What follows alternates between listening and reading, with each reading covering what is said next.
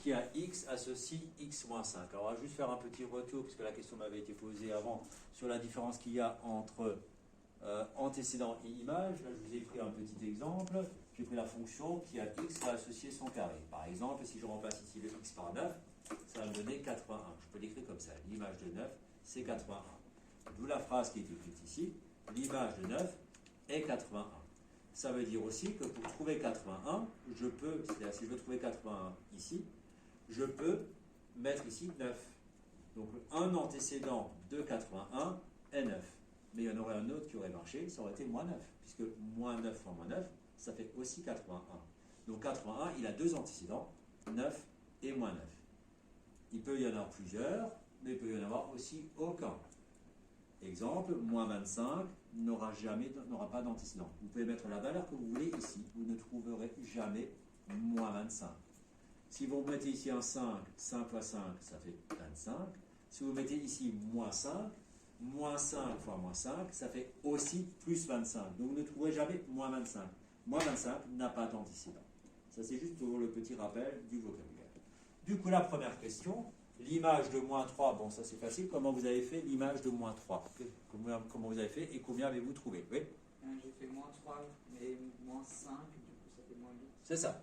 Il suffit juste de remplacer le x par moins 3. Moins 3, moins 5, ça fait moins 8. Je ne l'écris pas au tableau, c'est moins 3, moins 5 égale à moins 8. Ça c'est l'image de moins 3. Là la phrase elle est tournée un petit peu bizarrement, enfin pas habituellement, on a l'habitude de le lire autrement. Le nombre qui a pour antécédent 7.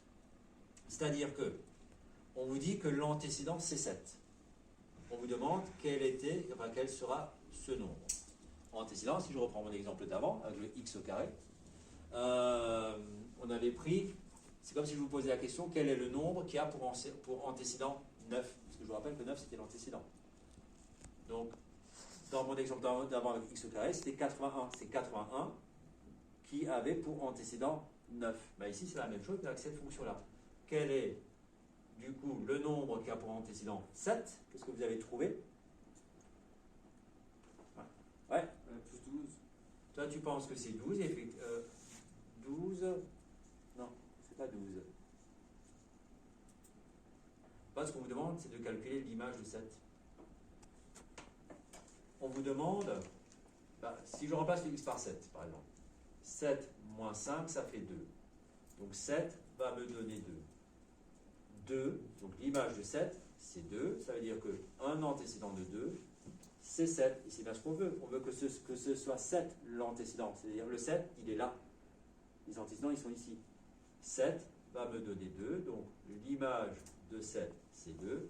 Un antécédent, d'ailleurs ce sera le seul, l'antécédent de 2, c'est 7. Ok? Si toi tu mets 12, 12 va te donner 7, mais du coup c'est 12 aura pour image 7. C'est pas ce qu'on veut. On veut que 7 ce soit l'antécédent. Le nombre qui a pour image 7, je viens d'y répondre, c'est 12. L'image de 7, c'est 12.